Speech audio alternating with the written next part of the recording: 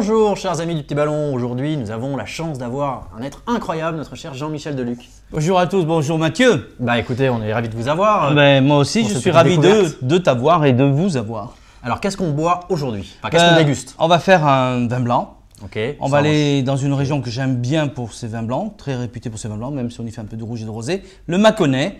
Et c'est une cuvée qui s'appelle l'Atelier et c'est notre ami Benjamin Laroche qui nous le fournit. Alors le Mâconnais c'est en Bourgogne? En Bourgogne c'est le sud, c'est juste avant le Beaujolais. D'accord. Voilà. Okay. Alors Benjamin on le connaît très bien puisqu'il fait de très grands chablis. Benjamin. Voilà, il fait de très grands chablis, etc. Ça ne change pas grand chose puisqu'on est sur les mêmes cépages, on est plus ou moins sur les mêmes sols calcaires. Okay. Voilà, mais il a bougé vers le sud de la Bourgogne avec ce magnifique Viré-Clessé. Viré-Clessé, ouais. Et Viré-Clessé c'est du coup… C'est l'association de deux villages. À l'époque, il y avait un Mâcon Viré et un Mâcon Clessé, ouais. Et on a créé cette appellation Viré-Clessé. On est dans la région de Pouilly-Fuissé, de Saint-Véran, voilà. Okay. Bon, pour la blague, on a viré le Mâcon, c'est ça? On a viré le Mâcon et on a gardé le Clessé et le Viré. Voilà, et c'est un 2016 et c'est un Chardonnay 100% bien sûr. Donc c'est pour ça que vous disiez que sur le Chablis, c'était exactement le même cépage. Chablis, pareil, Chardonnay. Donc, belle couleur, brillante, or, assez soutenue quand même, et des nuances un petit peu vertes qui annoncent la jeunesse, c'est un 2016. Brillant, limpide, cette brillance nous parle déjà de fraîcheur et de vivacité. Et la vivacité, ça nous parle tout de suite à l'œil. Voilà. Nez, c'est ça? Au nez.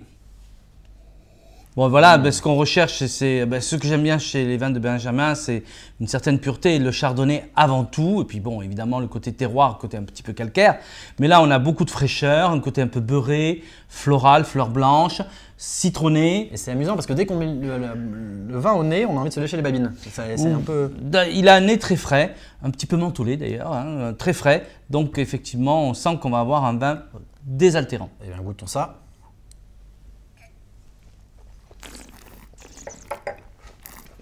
Voilà, donc, alors, très agréable, il y a quand même une jolie matière puisqu'il y a un vin assez gras, assez riche au départ, un petit peu mielleux.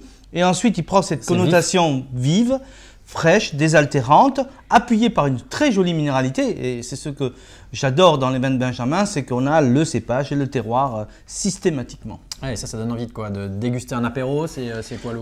On peut le boire en apéro, on peut aller sur les fruits de mer, poisson, rôti, cru… On peut même aller, parce qu'il a assez de gras quand même pour aller sur un lapin à la moutarde, une viande blanche, si on le souhaite. Un lapin, du coup, bourguignon? Un lapin bourguignon, il existe une race de lapin bourguignon, mais je ne me rappelle plus le nom, qui sont énormes avec des grandes oreilles. Mais voilà, le but c'est surtout d'apprécier ce vin-là à l'apéritif, avec des petits crustacés, avec des poissons frits, je l'ai dit, des poissons crus, des poissons marinés, pas forcément des choses trop crémées. D'accord, bon, on passe un bon moment. Du coup, à boire maintenant, c'est ça, 2016? À boire maintenant, vous pouvez le garder 3 ou 4 ans, mais j'adore cette fraîcheur, cette vivacité aujourd'hui. Bon, très bien. Écoutez, bravo pour cette découverte. Merci bravo Benjamin. Et merci à vous. Très bonne dégustation, chers amis du Petit Ballon, et à très bientôt. À bientôt. Au revoir.